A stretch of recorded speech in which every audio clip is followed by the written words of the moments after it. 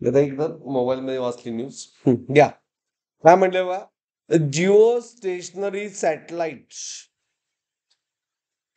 Jio stationery satellite असं दिलंय. मग याचा is orbiting around the earth at height 5 hours. And then earth surface, time period of another satellite height 2 hours from earth surface.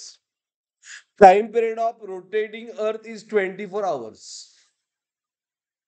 Okay. आता Jio stationery satellite दिलाय आणि या दुसऱ्या टाइम पिरियड फाइंड करायचा आहे. मग मी जिओ स्टेशनरीचा पहिला सॅटेलाइट जिओ स्टेशनरी, तर जिओ स्टेशनरीचा टाइम पिरियड काय आहे? याला मी म्हणतो T1. किती असतोय? Same of earth. अर्थ किती आहे? 24 आवर्स.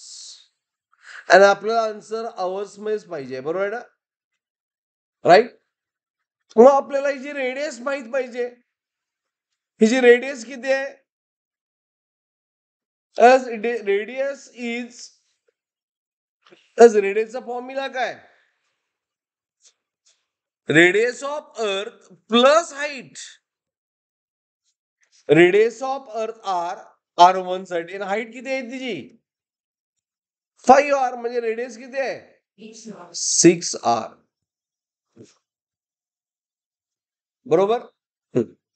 अँड दुसरा सॅटेलाइटचा टाइम पिरियड फाइंड करायचा आहे. तिची रेडियस R2 किती आहे? Directly it is R plus किती? 2R. R plus 2R. It is how much? 3R. कुठला फॉर्म्युला यूज करणार? कुठला फॉर्म्युला यूज करणार? टाइम पिरियड फाइंड करायचा आहे अँड रेडियस दिले एवढंच. T is proportional to what? R cube. Kepler's law. करा सॉल्व. बघूया काय सॉल्व करताय. इथून पुढे सगळं मॅथ्स आहे. T2 बाय T1 चा square is R2 bye R1 चा क्यूब. बरोबर. आता आपल्याला T2 फाइंड करायचं आहे, म्हणून दोन्ही साईडचा स्क्वेअर रूट घ्या.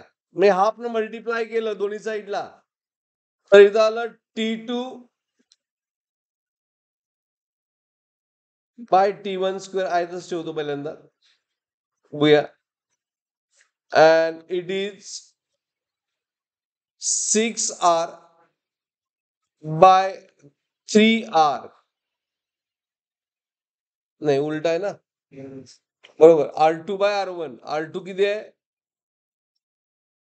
R2 is 3R. So 3R upon 6R चा cube. R get cancel, half and 2 चा क्यूब झालं मग आन्सर. सो 2 चा क्यूब 1/8. 1/8 असं कॅल्क्युलेशन करायला होतं पहिल्यांदा.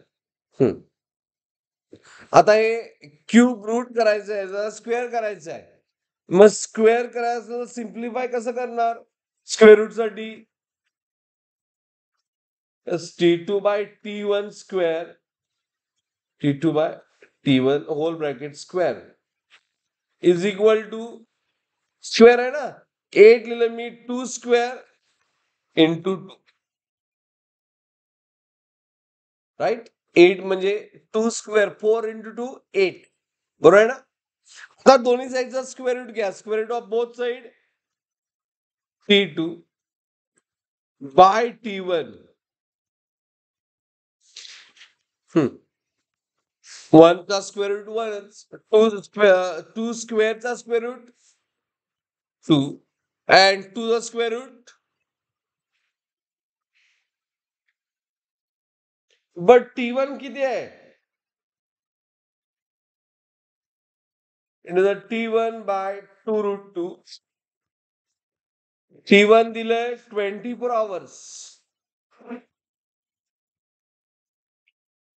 Divide by 2√2. म्हणजे आले ना किती 12/√2. ऑप्शन आहे काय 12/√2 करेक्ट ऑप्शन आहे, करेक्ट सोल्युशन आहे. ऑप्शन मध्ये 12 इंटू √2 आहे. म्हणजे आपल्याला we have to solve for 6. बरोबर आहे. मग 6 कसं लिहिणार? 12 in term of 6. 6 into √2 into √2 म्हणजे 12 बरोबर आहे काय? √2 into √2 किती? 2 to the 4. तेव्हा आन्सर आलं 6√2. Answer is 6√2 hours. 6√2 म्हणजे option B. Is it clear? आता